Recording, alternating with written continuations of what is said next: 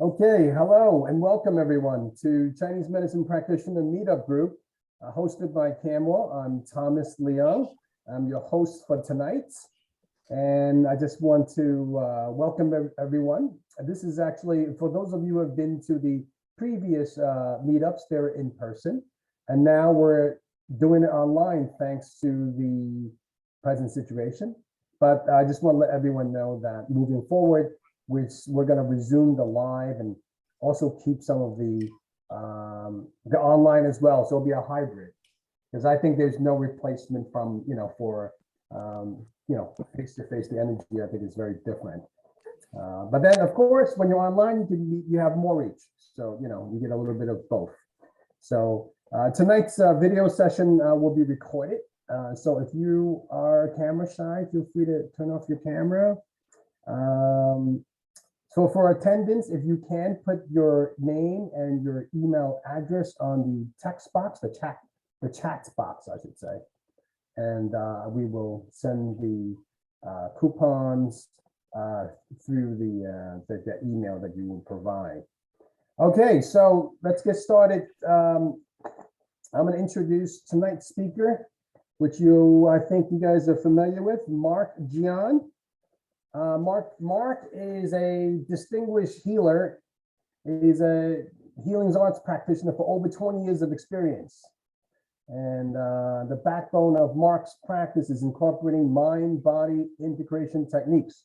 What we're talking about tonight, from an ancient Middle Eastern lineage. Accordingly, he has spent years studying with teachers, most notably Dr. Peter Resnick, honing his skills. Marc's passion is teaching classes and patients how to successfully utilize the tools of mental imagery and dream work.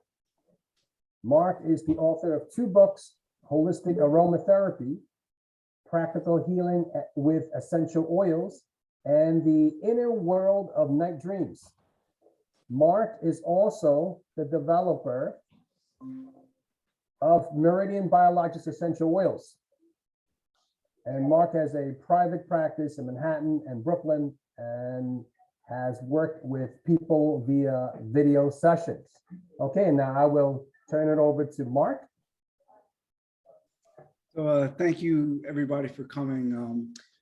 For those of you that know me or have taken classes with me, whenever I'm teaching, I don't take it for granted. And it's coming from a place where not only do I want to share as much information as possible, and I know I tend to speak very quickly, but not only do I want to share as much information as possible, I want you guys to really have the ability to take it in and use it in your daily life. And I know we have practitioners here, so maybe you could begin to take 1 or 2 of the things that you're going to learn tonight in this overview of mind-body integration into your practice tomorrow.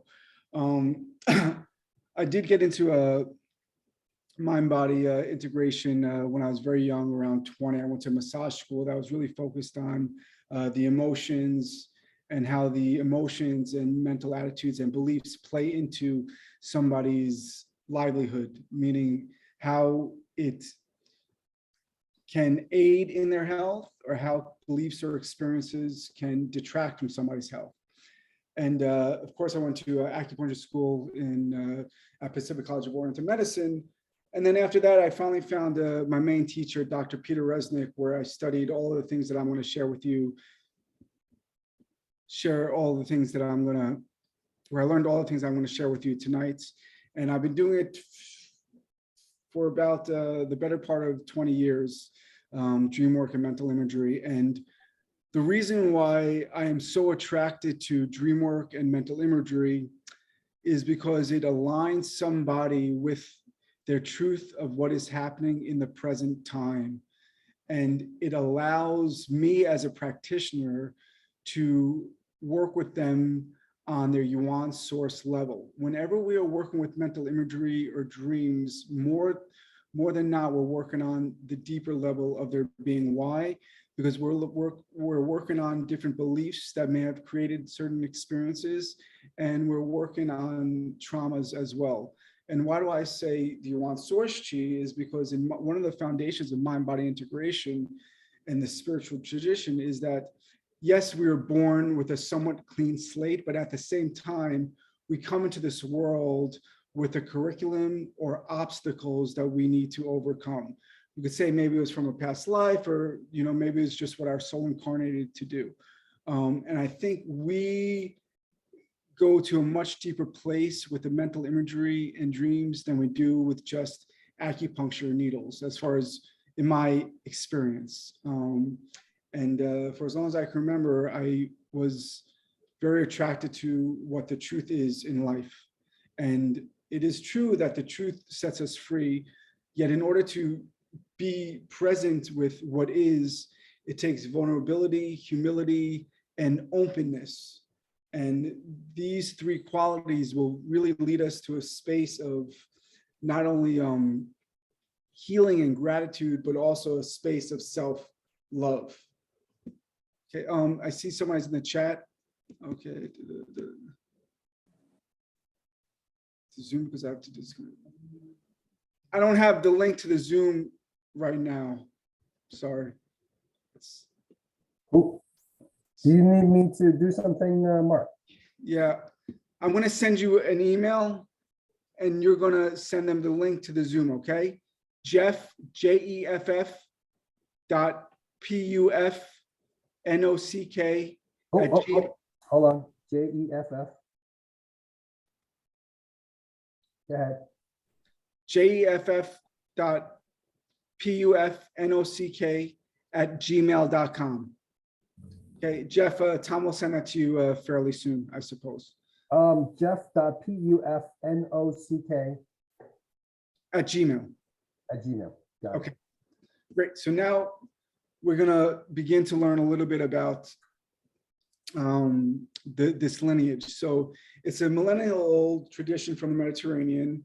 It's rooted in the acknowledgement that there is an interplay between the mind, body, and soul. It's also rooted in the ability that we need to use our free will to align to the best of ourselves. And some can say this is your higher self, your soul, whatever it is to you. We're always moving upwards. That's the goal in this education. And what's very integral to understand is that mind-body therapy is an approach to healing that acknowledges that the invisible, or what we can call the spiritual, creates the visible. In other words, the function comes before the form. For example, very simply, we had this COVID thing. So there was a function for people to do more online classes, right? So it came in the form of Zoom, of Skype, and things of that nature, right? But we're going to get into more of the emotional aspects of function before the form, and karmic, actually. Also, what's important to know is that this therapy is that we begin to perceive the world with meaning and reflection. And whatever we are experiencing in our life, and whatever our responses, or sometimes we'll have reactions to it, that is a reflection of you. The external world can only bring out what is already inside of you to your awareness. So you can even say, wait, I like this aspect of myself, or you know what, maybe this doesn't feel right. Maybe I need to shift a little bit, okay? So that's one thing to consider. The main teacher of this medicine was a woman by the name of Colette Alboker Muscat, who was known as a Jewish sage, and she helped many people survive the Holocaust. And in Israel, up until she was, I think, in her 90s or maybe late 80s, she would still continue to take people in to help them and to help them heal. However, she never charged anybody. And as soon as she saw that someone was becoming very attached to her, she would let them go. And how she helped people heal themselves was through their own inner images. No herbs, no acupuncture, maybe a little bit of words of inspiration, but it was through their own inner world. And we see this in one of the concepts of mind-body integration, is that as above, so below. And we see this in all the major religions, right? I'm Jewish, so we have the Star of David, two opposing triangles. We also have, for those of us that are Christian, we have the Christian cross, a line on the vertical axis and another line on a horizontal axis. And I believe Muslims have the sun and the moon. And what does this share with us? It shares with, oh, and of course, Chinese medicine, the yin and the yang symbol, right? And what this shares with us is that whatever is happening above is reflected in our being, in our experience. Now, if we take this into the physical world, as above, so below, what's the most top part of our body? It's our head, right? It's what contains our brain, and some would say our mind, right? Our thoughts, places of emotion. So what is happening within our mind, in our brain, is going to be reflected in our physical body. This is why it's so important that when we are working with people, we listen to how they're speaking about themselves. Last week, I had a new client, and she continually would say, "I'm so stupid. I thought our session was at 1:30, but I came at 2." Da, da, da. She was all over the place, right? So if you have somebody like this, besides working on their anxiety, you have to sort of take a step back and share with them that, like, everything's okay. This is not a big deal, right? So we allow ourselves to be this vessel of, in a sense, kindness, so they realize that they don't need to speak to themselves that way. And we'll go into that later on when we speak about mental imagery, actually. So the mind and the body influence each other. And another important aspect is the law of reciprocity, meaning if we change the inner, the outer self is going to change. And also, we'll see this when we speak about morphology in a few moments, when we change the outer, the inner world will change as well. As much as I really like to focus on the inner self and not really focus so much on the outer self, it is true when we change our outer self, the inner world will change too. I'm going to give you certain examples when we speak about morphology. The invisible creates the visible. The function comes before the form. So to take this on a personal level is that before we came into this world, we had a function. And that function is formed with our body. So every body has a different function in this world, literally every physical body. And we know that this in Chinese medicine, we have a wood type, a fire type, an earth type, a water type, a metal type. In morphology or Western spiritual traditions, we have a sanguine type, a bilious type, a lymphatic type, and a nervous type. And their body is going to share with us, and aspects of the body is really going to share with us their challenges in life, and also what diet that they should eat, if they should have more sleep, less sleep. And by understanding somebody's morphology as practitioners, we will have the ability to speak with them in a certain way that resonates with them. Very much how different 5-element practitioners will speak to a water type, different than they'll speak to a fire type, or different than speaking with an earth type. And every part of our body has a function, right? We can think of universal functions, right? So many people think that the hands are to grab, right? Or the hands are to take. But if we ask 100 people what the function of their hands are, we can get 100 different answers. So when we are working with this, first we need to ask the individual, what is their function of their hands or whatever area of the body is in pain, right? I'm a massage therapist and acupuncturist. So like, it's my livelihood, right? So I know if there's an issue with my hands, it's a reflection on me of me lacking some kind of integration with my work, right? It could be as simple as body mechanics, or it could be something like I'm burnt out, you know, many different answers.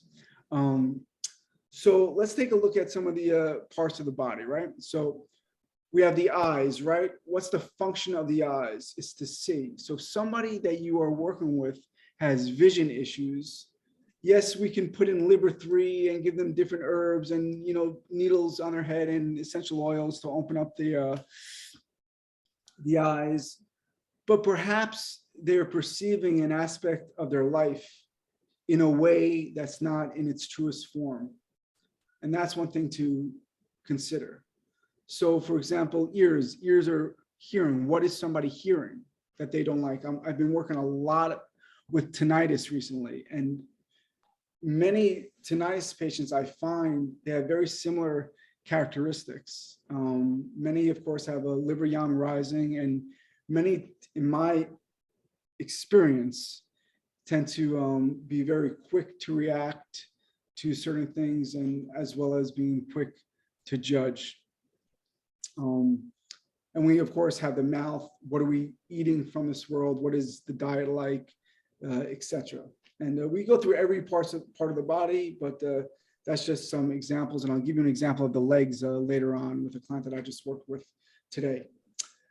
Something else that's integral to this, to mind-body integration, is that the belief creates the experience. And I know this is a very difficult one for many people. But if we say our experience creates our belief, that's still just a belief. The reason why our belief creates our experience is so integral is that if we have this belief, then we can change the belief and become the hero of our lives. And I worked with numerous patients with mental imagery and dream work, and shifting their belief system, and a whole new world opens up to them.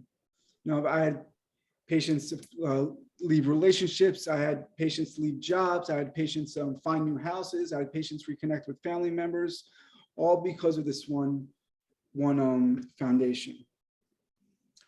And one thing that I do a lot with people, especially if they have been through any kind of traumatic event, is I'll ask them, what kind of belief do you have or must you have in order to have this experience? And I'll explain to them that in any experience, we normally will say, if it's a traumatic, okay, there's an abuser and an abused. Okay. But what if we open up our minds a little bit and move away from the physical and share that, you know what, maybe somehow on some level, we're both creators of this experience. We are just consciousness in this experience. So how does somebody stop having these experiences? It's when they change their belief system, change their consciousness, to allow somebody else to be not such a good place, right? So we meet, it's a meeting of consciousness. Every interaction is just a meeting of consciousness. And I've used imagery quite a bit to begin to change somebody's belief in the waking world. And I've done this quite a bit when I used to do a lot of coaching. I would do a lot of coaching with people that were just starting their practice or had issues with money. And for the first few weeks, we just work on their belief systems. And it's amazing, certain beliefs of people that are really keeping them stagnant in their success. Okay. And one other major thing in mind-body integration is that we want ourselves and our clients to move towards becoming their own authority in life. And one thing about me is that even since I was younger, two things were important to me: truth and freedom. And that was the most important thing to me.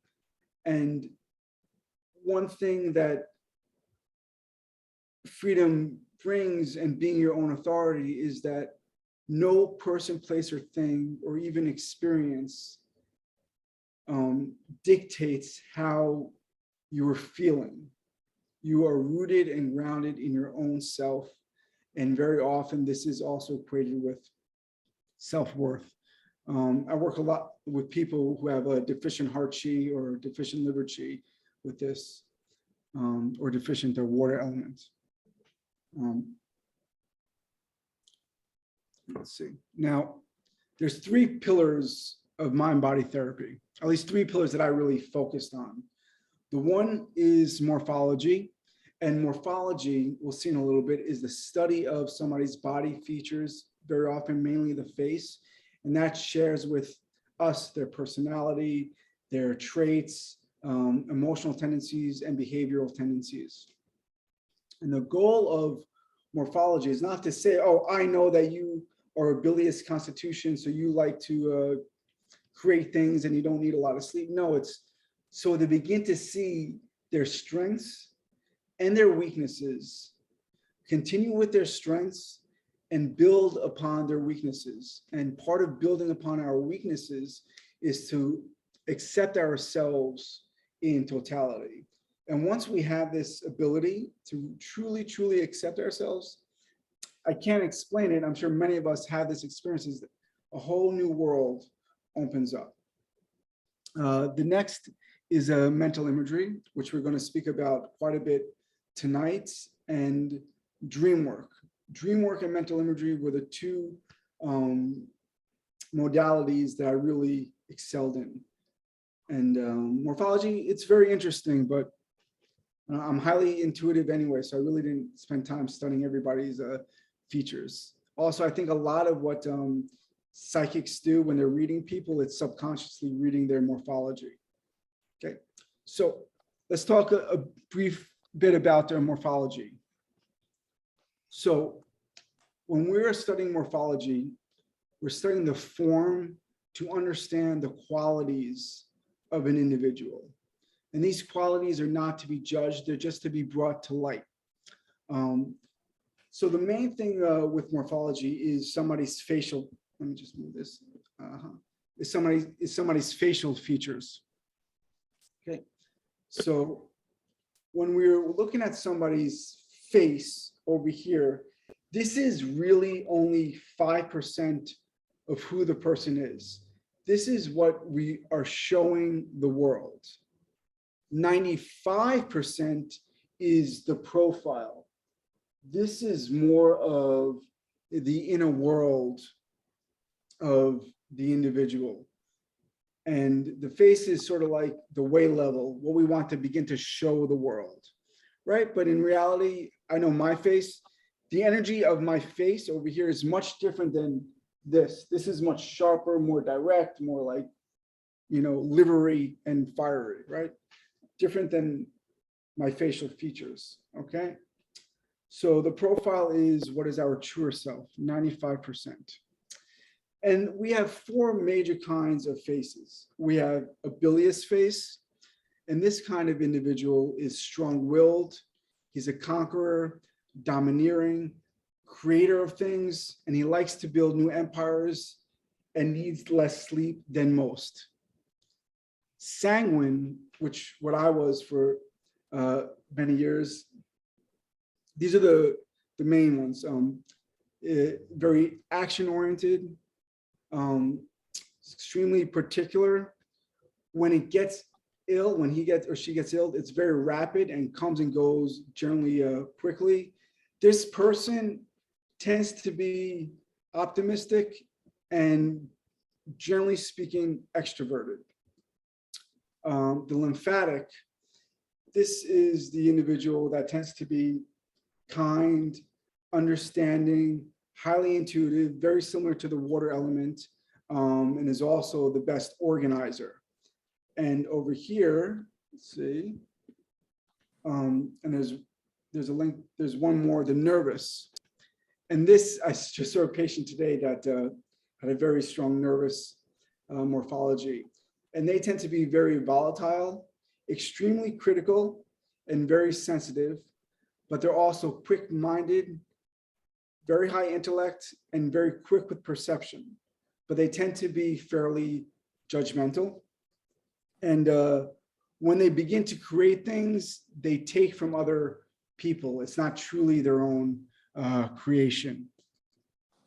And again, morphology shares the uniqueness of each person and aims to elevate them on an ascending axis so they can begin to grow and accept themselves. Here is a link And that shares with you a little bit more of what the faces look like. And just some simple examples about the inner and the outer. The upper lip shares our relationship with the external world. The lower lip, relationship to our inner world. And if you look at many politicians, not all, but they tend to have very thin lips. So that will share you something, right? And a unibrow shares with us that many people who have unibrows will have difficulty in being in relationships and be very conflicted, maybe even argumentative. So what I suggest these people do, and what I do for myself, we would pluck the unibrow, and this will begin to shift their behavior, or at least start it. And this is an example of how you change the outer to change the inner. Okay.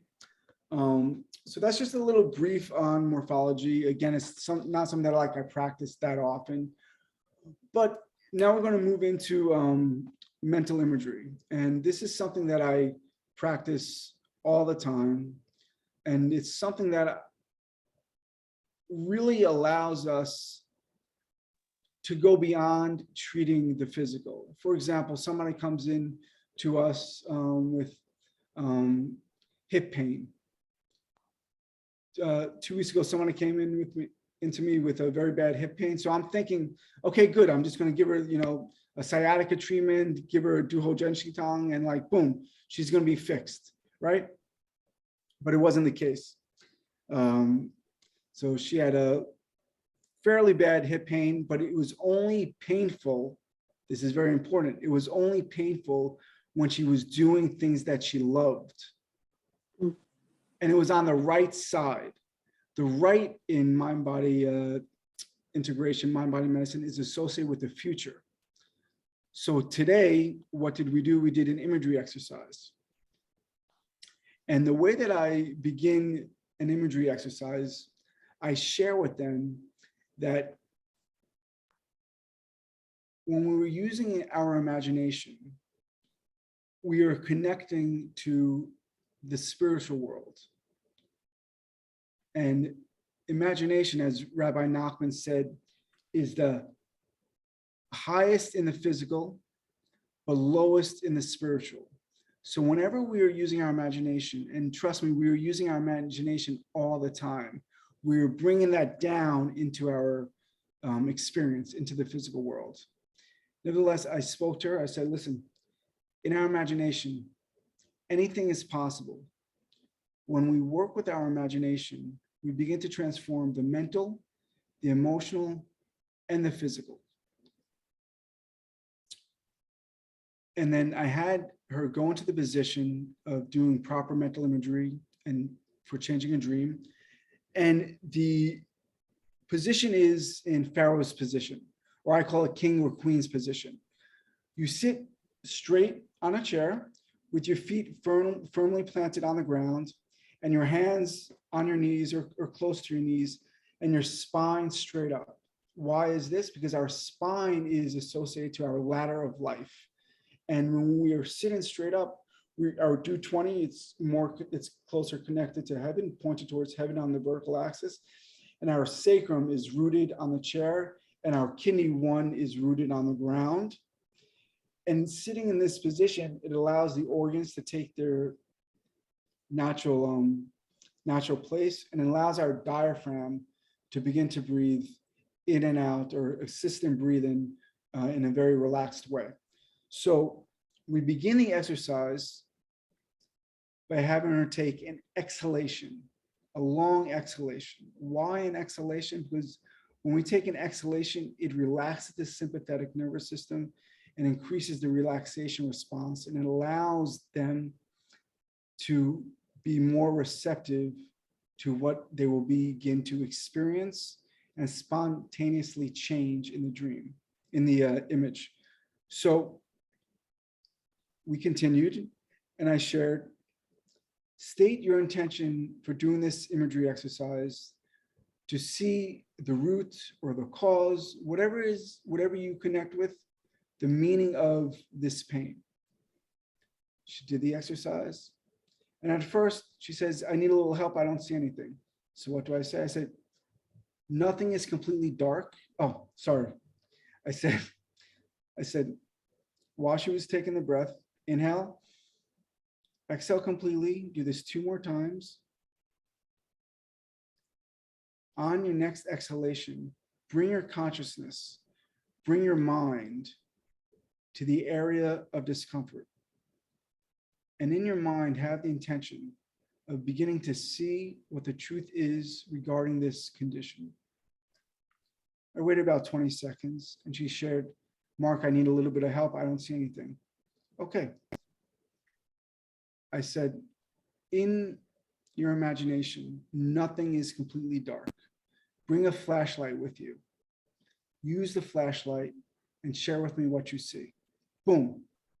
In 3 seconds, she said, I see like a traffic jam. All the cars are blocked up, some are moving, but it's like a big intersection. So I said, okay, good. So I said, in your imagination, remember, anything is possible. When you change the image, when you change this experience, you change your physical, emotional, and mental. Now, take an inhalation, exhale completely, more than you inhale, and spontaneously change the image to your liking. Okay, so what does she change the image to? The complete opposite. She saw herself in a desert with some flowers and plants. So what, of course I had to ask her, but what's the difference between a traffic jam and the desert? A traffic jam is like everything's moving, everything's stopped, but you want to go someplace, right? When you're in the desert, at least my experience and her experience, it's freedom, you know, and the desert is, for lack of better terms, a very spiritual place, right? And it's open, it's spacious, it's alive with plants and cactus and little scorpions maybe, but it's a free place. So she immediately transformed that image of the jammed intersection into one of freedom. And why is this important that it was a traffic jam?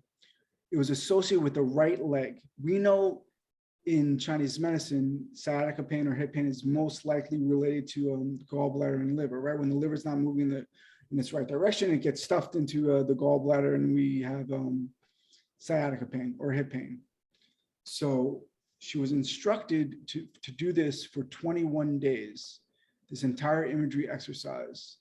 And then we began to speak a little bit more. So where in your life do you feel stuck? Oh, you know, I want to do this coaching job, but I feel obligated to my partner that I'm working with on something else. This is the issue, big issue.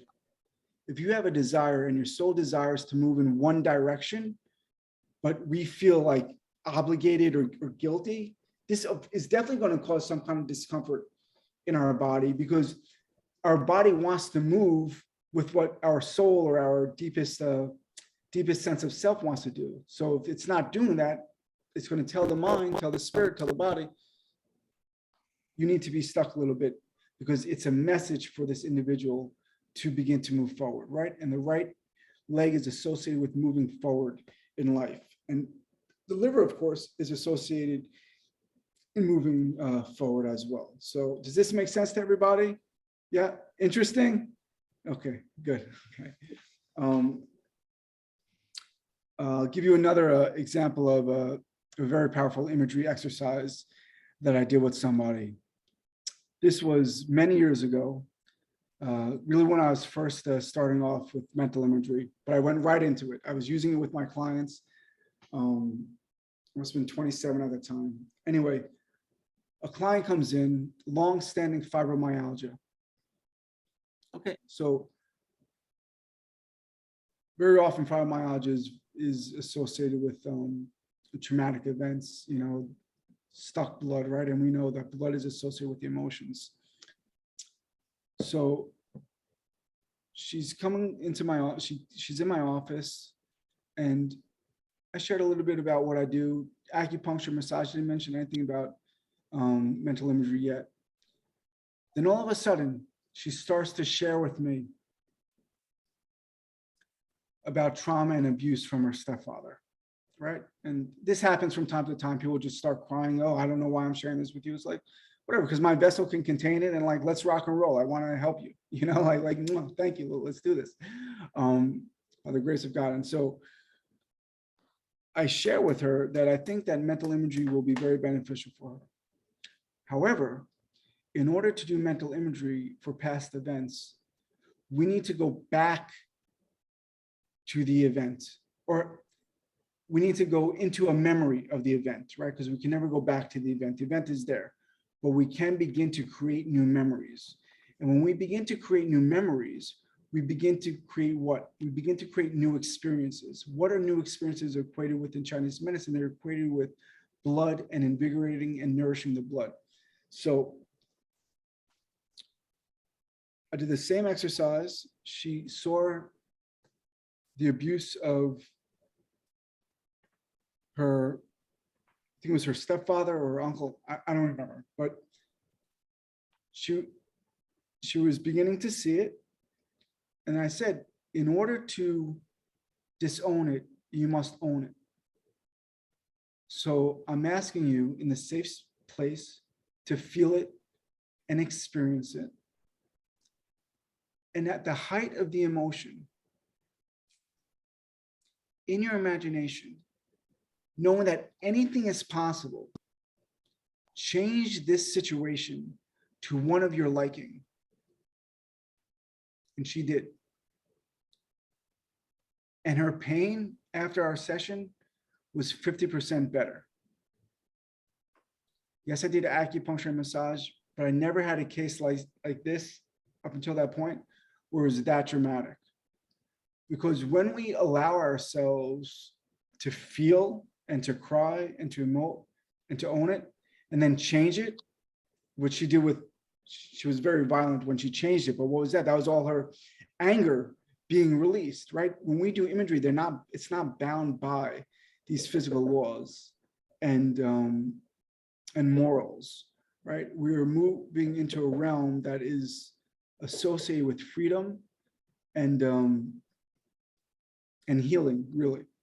Okay, so she changed the event, and she was much better. And again, I instructed her to do this for 21 days. And I don't think she was completely out of her pain or emotion, but at the same time, healing, I'm going a little bit off topic, but healing is not only associated with alleviating physical pain, very often it's associated with the perception of the pain.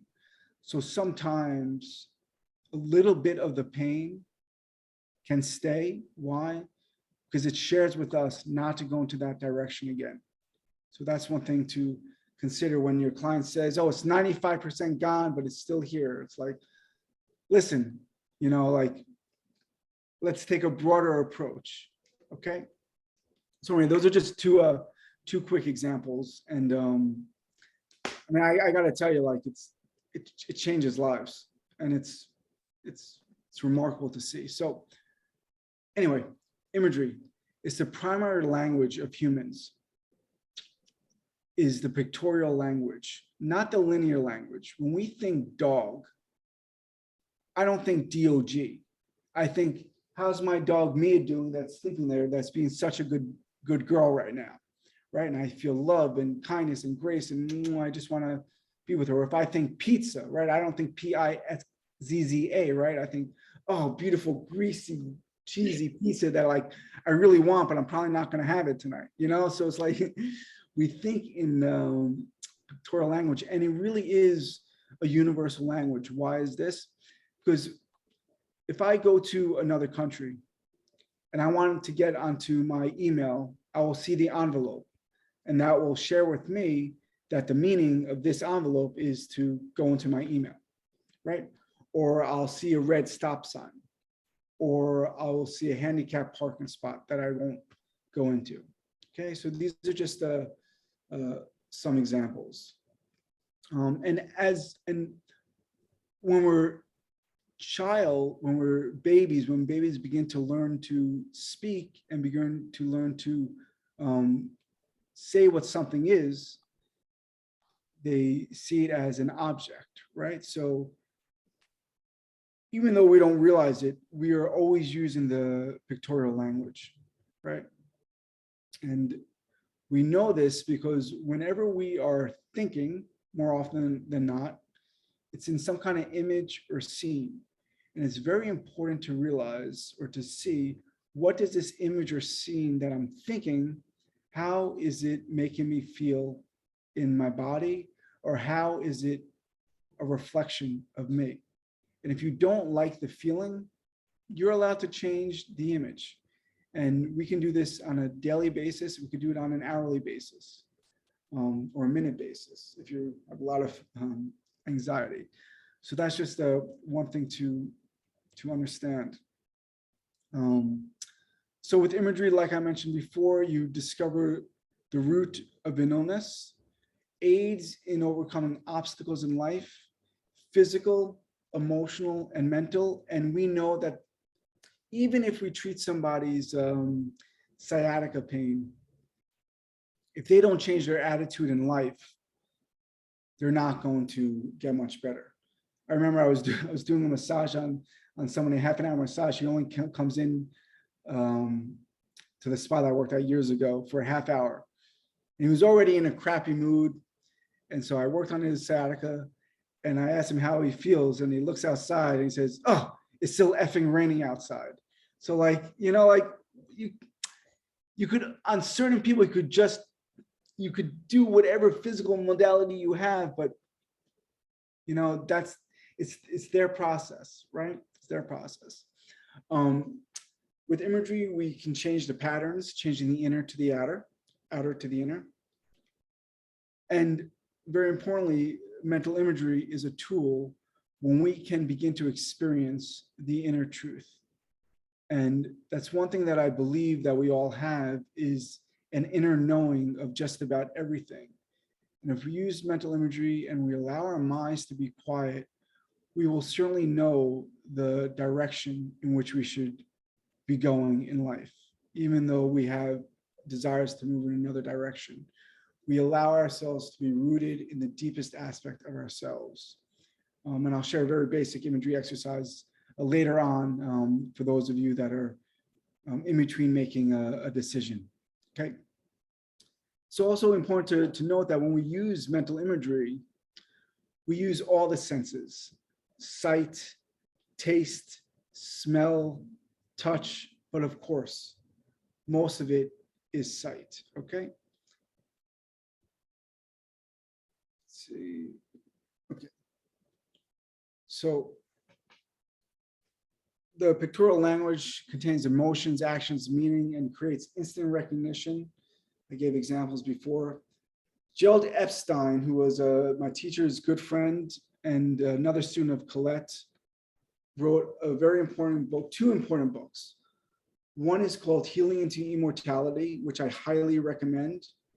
And the other one is Waking Dream Therapy, Dream Process and Imagination. And he defines images as the consequentizations of emotions, especially when we're doing imagery that goes into our body consciousness, but also goes into experiences that we have experienced. Okay. And if we take a look at this wording, so what do we need to do if an emotion is concrete, right, in the imaginal realm? We need to begin to break it up or change it to our liking, because the imaginal world, this is very important, it's malleable. It's malleable. You can become like a little kid in your imagination. And that's one thing that when I do work with kids, it's amazing, especially when I'm working with nightmares with kids. It's very important because They tend to change their dreams very quickly, gain confidence very quickly. And if you don't change the nightmares when you're young, they become a reality when you're older. And I'll speak about that a little bit when I go into dreams. Okay. So images, again, they are embodiments of ourselves, beliefs, memories, tendencies. And it's very important, like I mentioned before, that we work with what is unique to the individual, can be collective, because we all come from a tribe, can be universal. But first, it's important to ask, what is the meaning to the actual person that's doing the imagery exercise, right? Because if I have a dream or if I have an image, and I'm doing mental imagery on my body, and say I see a sink leaking, right? To me, a sink is much different than my friend that's a plumber, right? The meaning is different. My meaning is like I'm at the sink all the time because I'm always doing dishes. A plumber's would be something else, right? So we need to always look at what is unique to the individual, okay? Like I mentioned before, we can all go around the room and ask, what's the meaning of New York City, right? What's the meaning of Brooklyn? To me, it's where I live. To somebody else that's in California, it could be a place that they want to visit. So it's very, very different. And again, we begin to think in images, not words, unless you're learning a new language. And that's one thing that I realized, because I'm starting to learn Italian now. So I'm thinking in Italian, but I'm thinking in like dove, I'm thinking in the actual letters. Okay, so let's see. So what are benefits to begin to work with imagery? Transforming images, like I mentioned before, shifts the mind and then the body, right? Everything starts from the mind. We could detox the body, but through imagery, we begin to detox and cleanse the mind. Patients begin to see the root of the issue and come into a deeper connection to themselves. And this is very important. They allow themselves to move inside of conflict. We all have conflict, right? But to have the courage to move inside the conflict and know that the only way out is through is a very big step, okay? And while we're doing these imagery exercises, because we're not bound by the ego, we are not bound by physical law, we're connecting to a deeper space in us, or from what many people call the higher self, right? Or I believe it's a space in us that knows all. And what's very important, once we connect to this place that knows all, where we should be going in life, how we should heal our body, what avenue we should take, what direction. Once we have the awareness, unless we develop the willpower to work with this awareness, then all it is, it's going to be awareness. And that's one thing to really consider, especially now, because we see on social media all the time, like the awareness of people. Okay, like, where's your willpower? And that's how we begin to bring the imaginal realm into the physical realm with will, okay? And that's a whole different class, but that class is called Will, Imagination, and Dreams, okay? So when we transform images, we begin to correct qualities about ourselves, right? And in this tradition, we believe that we all come into this world with 3 to 5, maybe less, maybe a little bit more. I really don't think more than 5 aspects of our soul or aspects of ourself that we really need to correct. I know for me, when I was younger, I was a complete wild card. You know, I had so much fire, and like, even though I still lived very freely, like I was extremely spontaneous and fire oriented. I had to learn how to cool that fire and not throw desks in elementary school anymore. You know, that's the reality, right? So I knew that anger and things like that is something that I had to like move through in life. And the beauty about transforming anger is that it's fire, right? It transforms it into passion, right? And that's one thing to consider. Transforming images begin to also start to transform physical illnesses. Okay, and Bernie Siegel, I believe that's his name. He's written many books on cancer. And even before I went to massage school, I was reading books by him, and like he's someone that has been a very big influence on me. And going back to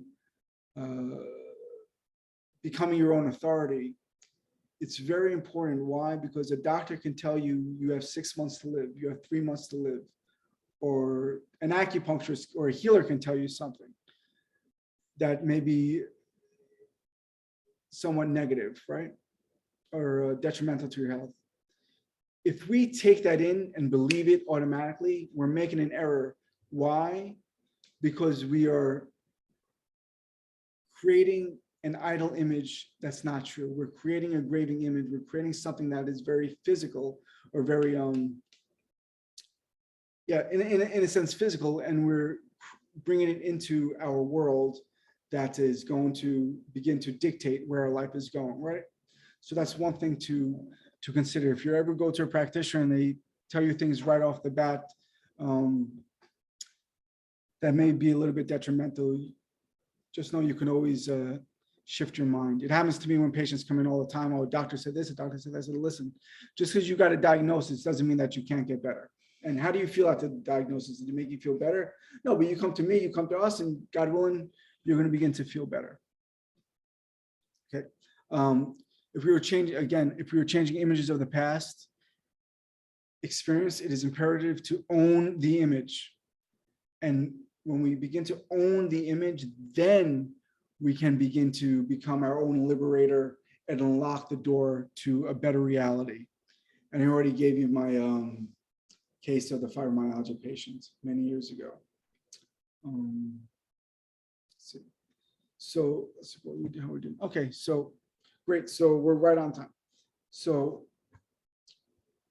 from imagery, I want to speak a bit about night dreams. And for those of you that know me, know that this is really my main passion, because even when we work with mental imagery, people think, oh, am I doing this right? Am I doing that right? While they're having the imagery session sometimes. But when you are in dreams, always working with truth, always.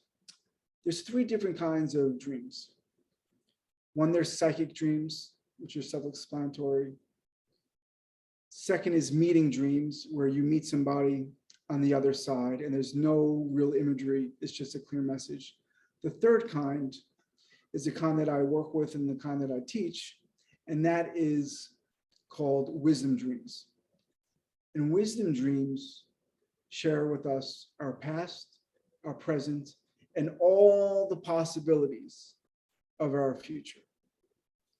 And even if you do not have time to go through your dreams step by step when you wake up, you still can change the dream very quickly upon awakening, and that will change the rest of your day. Okay, I can pretty much almost guarantee it. So when we're working with dreams, very similar to mental imagery, it's the inner reflection of our awakened world, shows beliefs, emotional patterns, behavioral tendencies. But it's also important to realize that our awakened world is a reflection of our dream world. How do we know this? We're accustomed to believe that the start of the day happens when we wake up in the morning, when we see the sunrise. However, in reality, in truth, the day starts when we begin to dream. If we go to bed at 11:30, we start dreaming at 12, whatever it is. Dreams begin to dictate our day ahead and the blueprint of our day. So keep that in mind. The real start of the day is the evening time. Okay. Understand that dreams and images, and dreams and waking life are both real on their own accord. Okay. Dreams are not to be analyzed intellectually, but we want to understand them as something as a reflection that has meaning, and not only has meaning, but has messages for us, okay?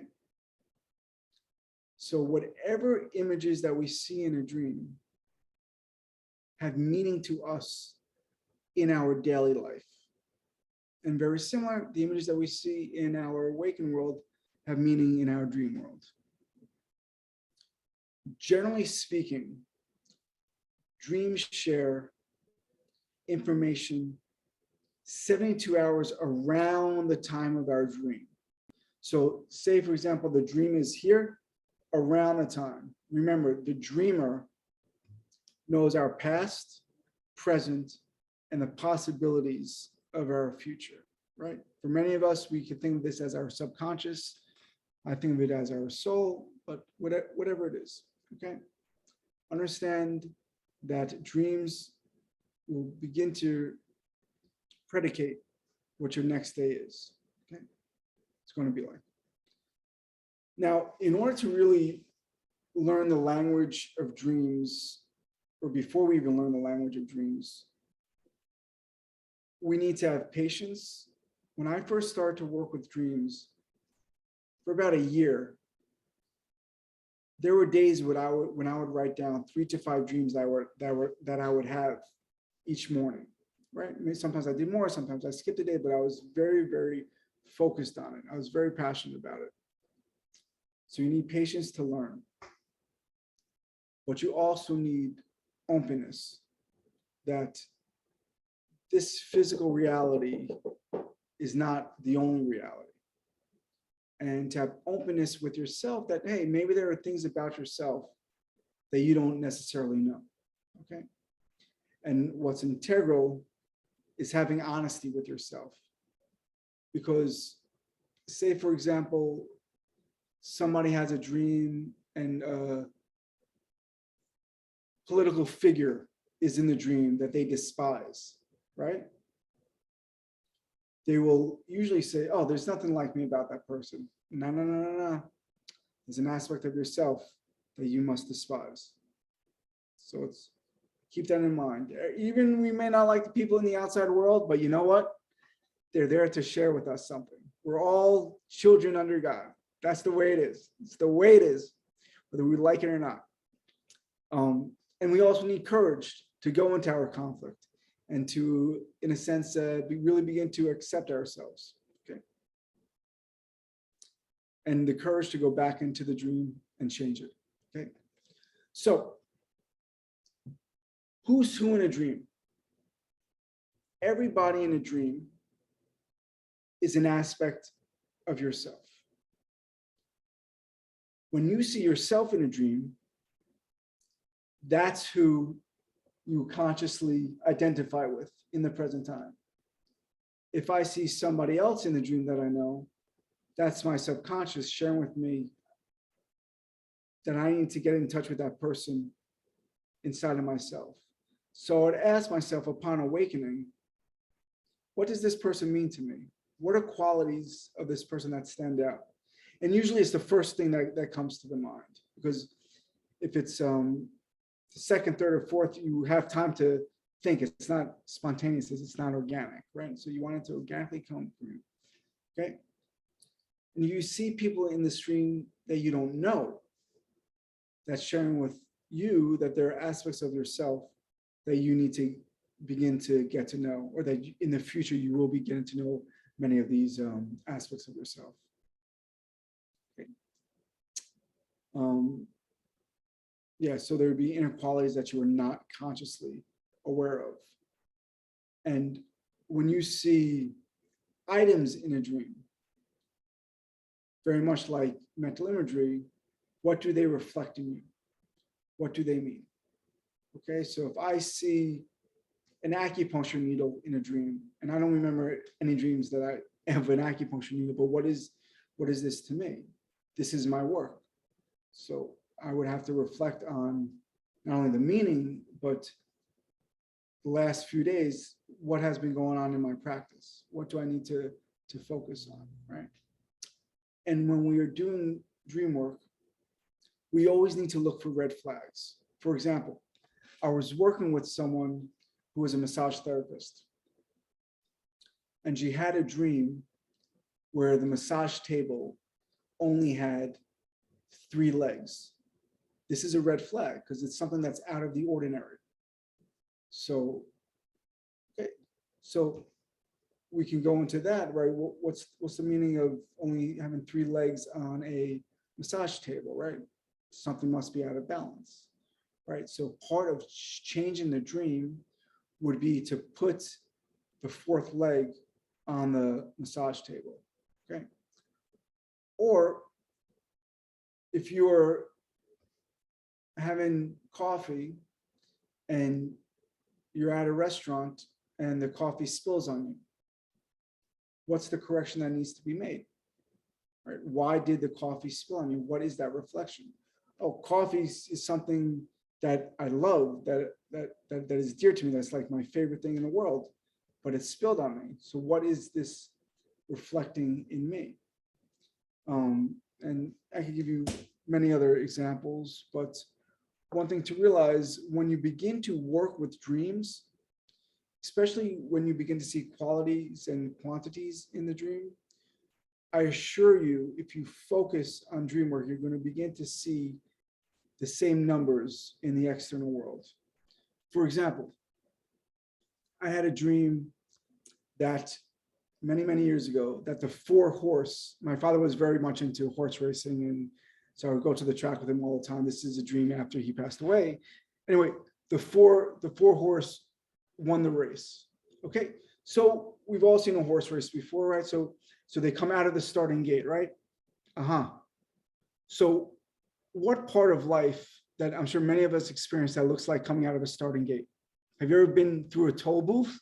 The next day I went through the number 4 toll booth. And why is this important? It seems silly now, but 4 is associated with construction, home, love, marriage, and it was my first date with someone. I didn't end up marrying her, but it's still in that direction. Or I had a dream with the number 5 in it one time.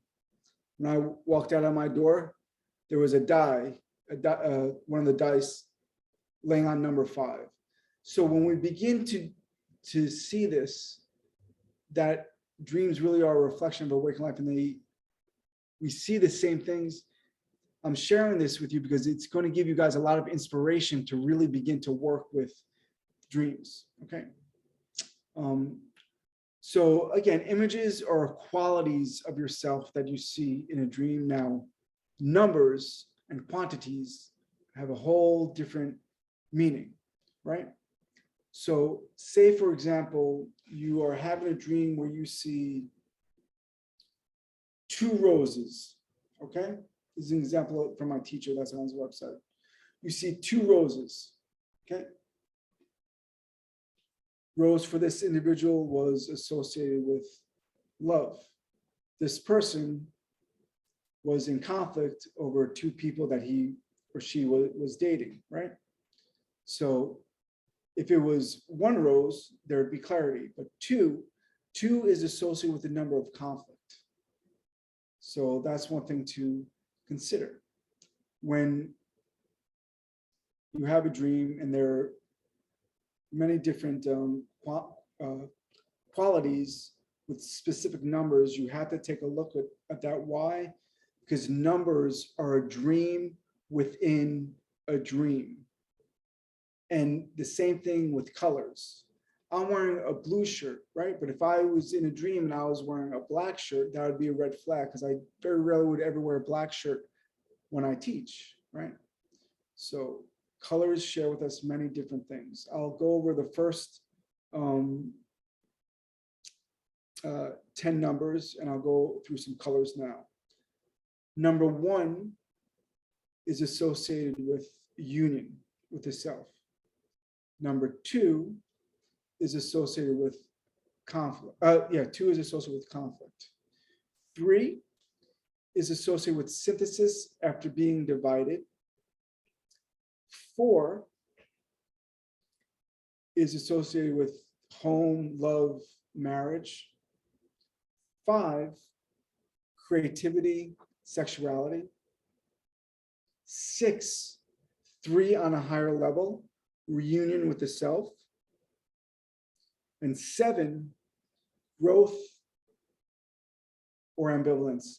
And it's interesting, when I was working with that client that I spoke to you about today with the little bit of hip pain, I asked her on a scale of 1 to 10, what's the pain?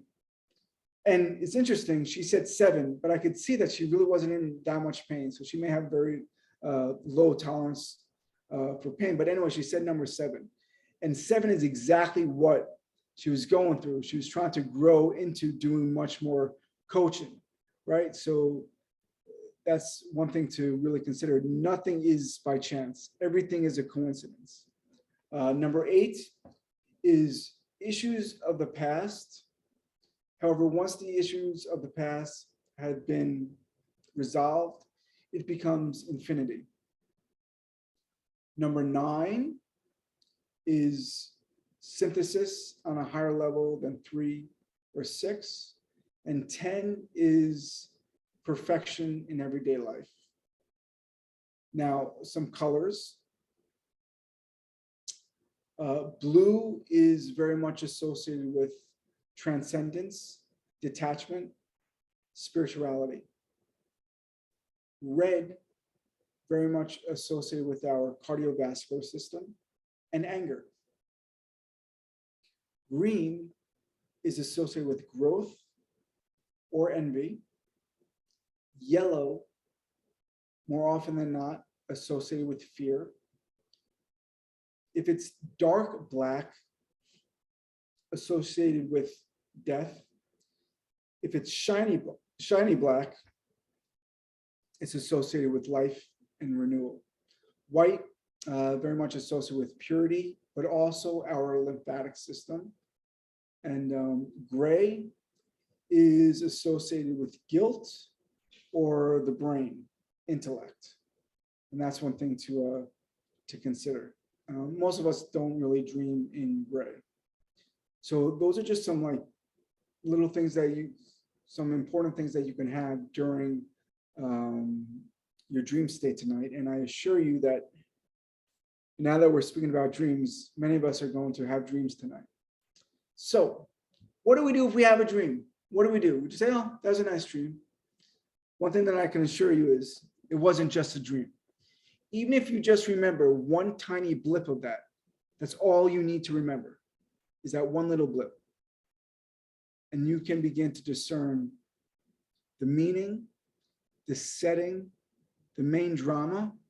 And if you don't like it, you can begin to change it. Okay. So let's take a look over here. Okay. We're going to go over here. Okay. So 3 questions to ask when you wake from a dream. Now, this is going to give you the overview of the dream. It's something that once you get proficient in it, should not take you more than 3 to 5 minutes. And after this, we'll learn a little bit about how to change the dream. So this is an example of somebody that I did a little bit of dream work with during probably the height of COVID. We did an Instagram live. And she shared the dream, and the main part of the dream was she was yelling at people on Eastern Parkway to wear a mask. So, okay, normally we say, oh, okay, fine, that's a normal dream, you know, whatever, we're in the middle of COVID, like you're angry at people that aren't wearing masks, okay. But no, remember, everything's a reflection of your own inner world, okay? So, how did this person feel upon awakening? She felt agitated. So, I'll ask her to write down, I feel agitated. This shares with us the emotion or mental attitude that she needs to focus on, right? So when somebody says, I feel sad, I feel angry, I feel depressed, happy, whatever it is, the first question you ask, where in my life do I feel agitated? You always have to bring it back to the self. Usually I would ask them to mention between one or 3 things. 1 is union, 3 is synthesis, 2, if you only say 2, then there's something missing, because 2 shares with us that you're going to be in conflict for a long time. Okay. What's the setting of the dream? Her setting of the dream was Eastern Parkway. And for those of us that know Brooklyn, Eastern Parkway is a large strip from the tip of Park Slope that goes all the way to, through Crown Heights. So Eastern Parkway is a big strip where you see people walking. So ask her, for her, what is Eastern Parkway? When you think of Eastern Parkway, what is it? It's her home. Okay. So now we begin to start a little bit of a sentence. I feel agitated in my home. Okay, so we're getting a whole overview of this. Okay, so you're agitated in your home. Okay, so now we're gonna go into the main drama. What's the main drama? Yelling at people for not wearing masks. Okay. So I asked her, when people are not wearing masks, what aren't they doing? And she says they're not doing what they're supposed to be doing. Okay. She said it, I didn't. So all I shared with her is, where in your life are you not doing what you were supposed to be doing? And again, write down 1 or 3 things of this. And just from this, she got the overview of the dream. And so she feels agitated in her home. So there's something that she's doing in her home. There's something that she's not doing that she should be doing in her home to put her life back in order. So that's one thing to think about. And again, once we begin to start working with dreams, worlds open up to us, and we really begin to perceive reality in a different way, and in a way that we become our own healer. Okay. So I'm curious. I don't want to go over a dream, but does everybody here at least remember one dream? And we can go through an exercise that shares how to change the dream. Anybody? Yes? Okay. Great. So you don't need to share with anybody what the dream is. We don't have time. But we can change it. And we could change it even without asking the 3 questions. I suggest asking the 3 questions. So the way that we change the dream, we sit in Pharaoh's position or king or queen's position, right? Because we want to become the hero. We want to become our own authority. You may hear my dog growl because I'm going to move back a little bit so you can see me. Let's see. Okay, I could do it like this. So you sit straight up, your hands on your knees, and I got to move up, and your feet on the ground. Okay. So once everybody's in that position, if they decide to do it, I'll take you through this exercise. So we'll begin. If you're doing this exercise, please shut your eyes.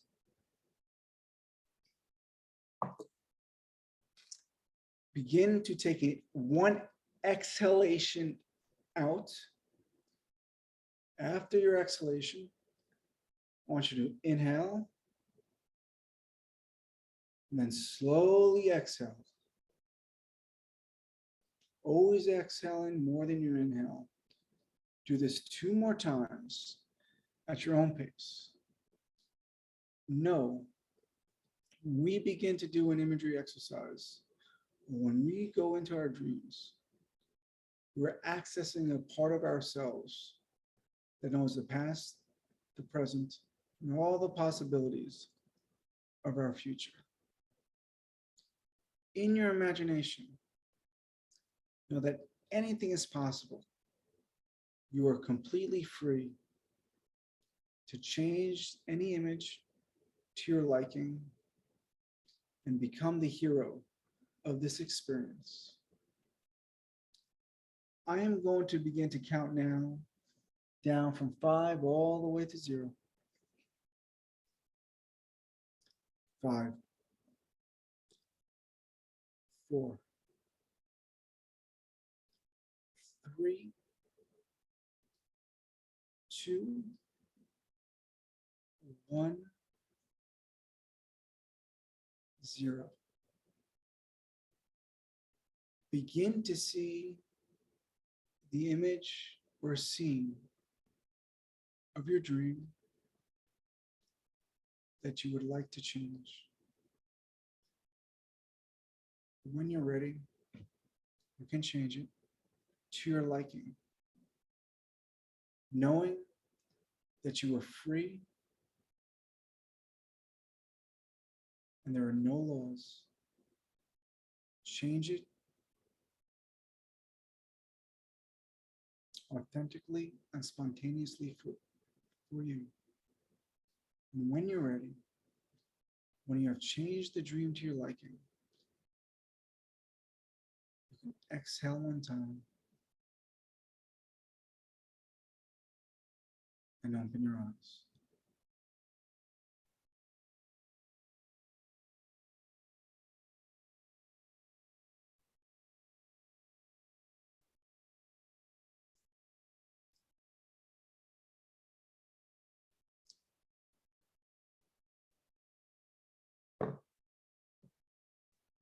So you can begin to live freely and easily, closer to your truer self.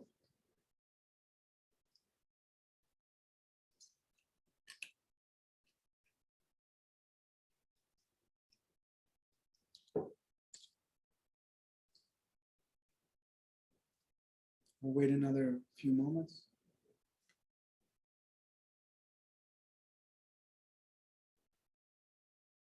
Everybody's good? You're good? Susan, I think I see a smile, right?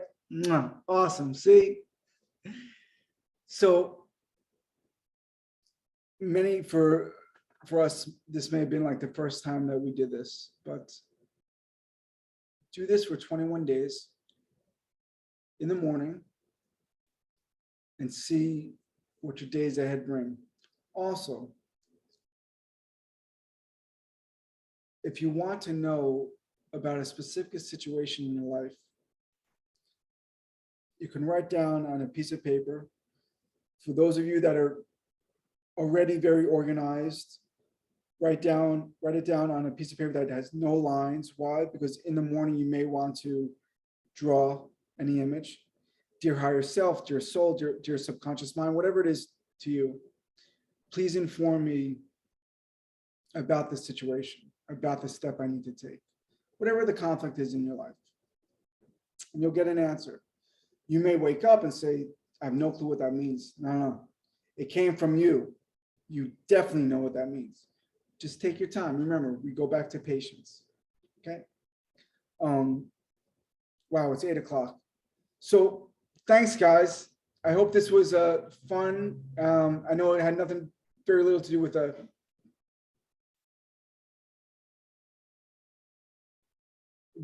do with Chinese medicine, but I hope you guys got a lot out of it. Are there any questions?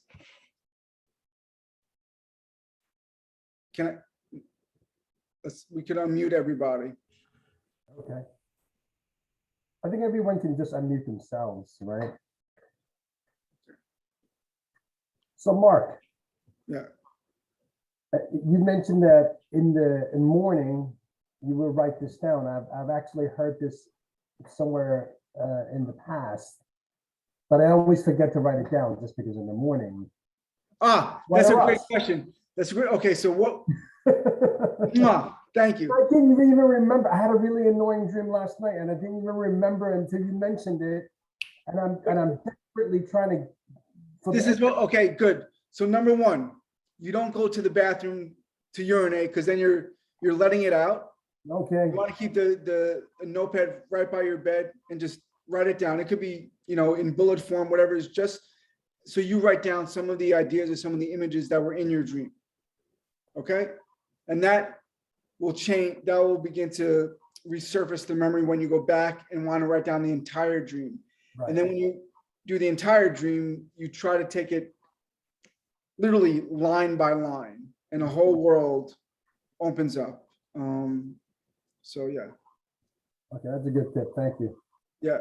And if you don't remember your dreams, vitamin B6 is supposed to be very good. Also, rosemary is very good because rosemary is very beneficial for remembering. And of course, you could buy the Meridian Biologics Blends essential oils, totally organic, blah, blah, blah, blah, at Kamwo. We put a lot of work into that stuff, you know. And listen, I'm not a marketer, I'm not a businessman, but I trust those oils, and you know, that's what I use. What I have else? a question. Sure.